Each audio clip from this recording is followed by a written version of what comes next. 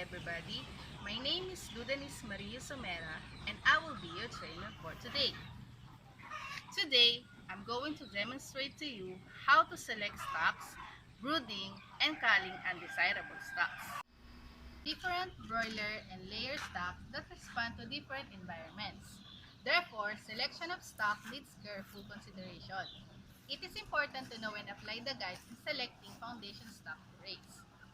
In brooding, it is important to know and give the correct brooding temperature for the chicks and assess their behavior inside the brooder house.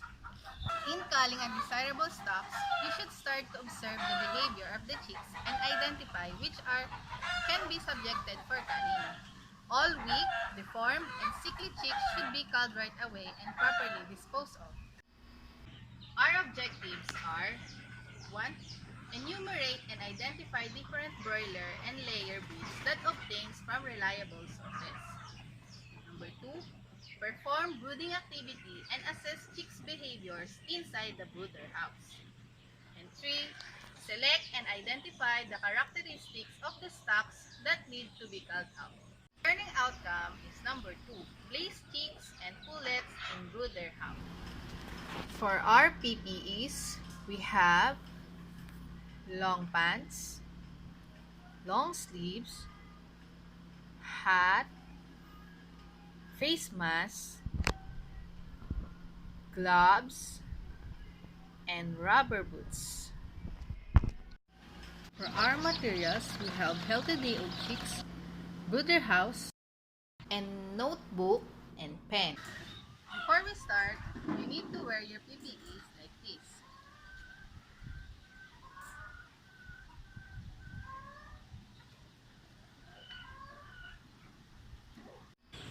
The steps and procedures in selecting brooding and culling of desirable stocks are: the first step is to enumerate and identify broiler and layer breeds that obtain from reliable sources. The different broiler breeds are Indian River, Breakers, Cross, Cub, and Hubbard. Different layer breeds are Babcock, Decal, Asian Hen, High-Sex White, Shaver, Loman LSL, ISA White, Highline, and Novogy. The second step is to perform brooding activity and assess the chicks' behavior inside the brooder house. Make sure the brooder house is ready for brooding. It should be disinfected 2 weeks before the arrival of chicks and should have warm and clean environment.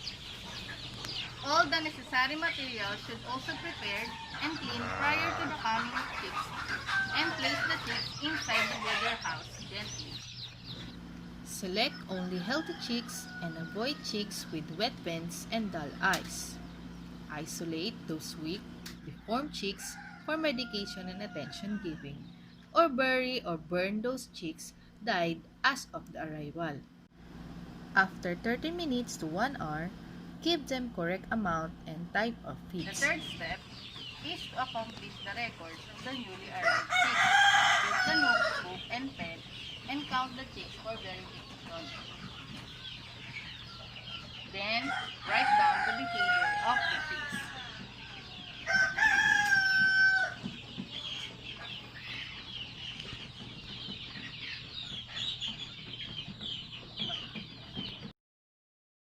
The fourth and last step is to observe and identify the chicks which can be subjected for culling. Intelligent observation is very needed for a good and reliable result. Look for those weak, deformed, sick, and showing no survival chicks. A chick that has abnormal legs or toes.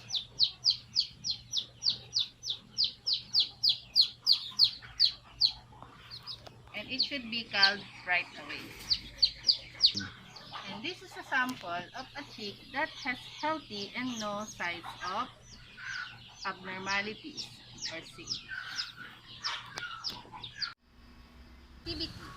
Find a partner and try to select stocks, brooding, and culling of undesirable stocks by following the right procedures and materials and wearing the